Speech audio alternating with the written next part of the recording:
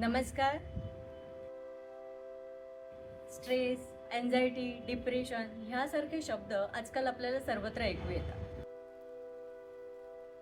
परंतु हे ताण, तणाव, नैराश्य ह्यामधून बाहेर निघण्यासाठी योगाभ्यासामध्ये खूप छान आसनं दिलेली आहेत. आसनं, प्राणायाम, मेडिटेशन ह्याची मी एक सिरीज सुरू केली आहे, ज्यामुळे आपल्याला ह्या ताणतणाव, चिंतांचा त्रास कमी व्हायला मदत होईल. ह्यामध्ये आपण प्रत्येक आसन नीट समजून घेणार आहोत. त्या आसनांचे आपल्या शरीरावर, आपल्या मनाला काय फायदे होणार आहेत, त्याचप्रमाणे दैनंदिन जीवनात याचा काय उपयोग होणार आहे ते आपण जाणून घेणार आहोत. तसेच ही आसनं करताना काय सावधगिरी बाळगायची आहे ते सुद्धा आपण समजून घेणार आहोत. मी शीतल हिलिंग योगामध्ये आपल्या सर्वांचं स्वागत करत आहे. ताण, तणाव, चिंता कमी करण्यासाठी योगाभ्यासामध्ये काही प्रभावी आसनं आहेत. आज आपण ह्या सिरीजमधलं दुसरं आसन करणार आहोत, ज्याचं नाव आहे पश्चिमोत्तानासन. आता हे पश्चिमोत्तानासन हे पारंपरिक परंतु अत्यंत प्रभावी आसन आहे. हे आसन करताना काय काळजी आपल्याला घ्यायला हवी, कोणी करायचे नाही ते आपण आता जाणून घेणार आहोत. त्या आसनांचे नियमित केल्यावर आपल्या शरीराला, आपल्या मनाला काय फायदे मिळतात, दैनंदिन जीवनात त्याचा काय उपयोग होतो हे आपण या सिरीजमध्ये जाणून घेणार आहोत.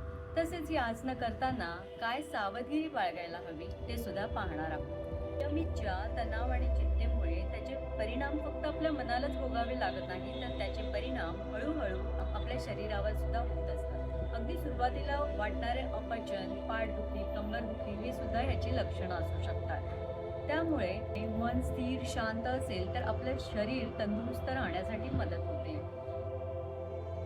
या योगाभ्यासामुळे आपण या ताण, तणाव, चिंतेला दूर ठेवू शकतो. आपण एखादं आसन श्वासासोबत करत असतो त्यावेळी त्याचे परिणाम फक्त आपल्या शरीरावरच होत नसतात, तर ते आपल्या मनावरही खोल परिणाम होत असतात आणि त्यामुळे हे चिंता, तणाव दूर ठेवण्यासाठी मदत होते.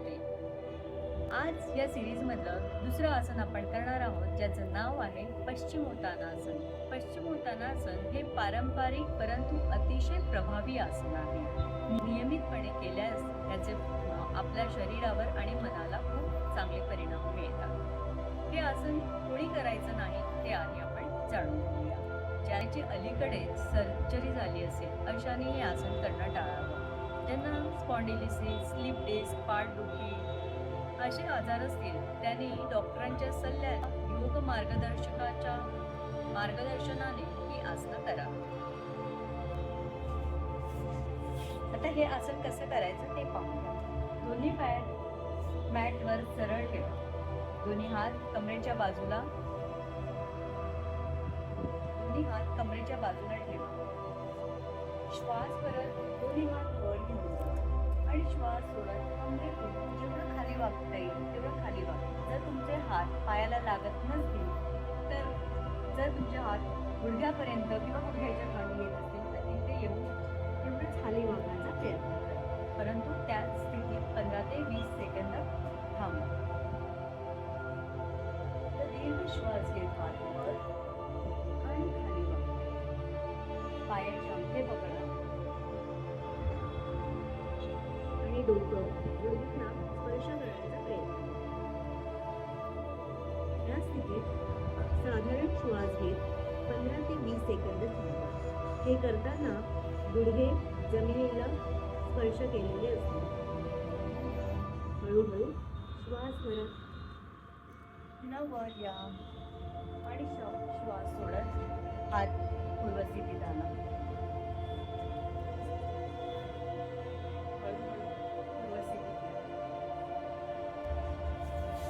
या आसनाची कमीत कमी 3 आवर्तने नियमित करा आणि फरक अनुभवा.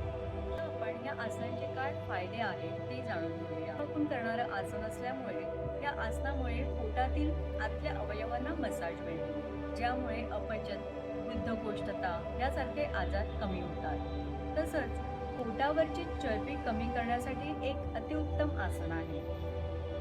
आपले शोल्डर, पाठीचा कणा, हॅमस्ट्रिंग, कंबर यांना एक चांगला स्ट्रेच मिळतो. पायाचे त्रास कमी करण्यासाठी महिलांसाठी हे एक उपयुक्त आसन आहे.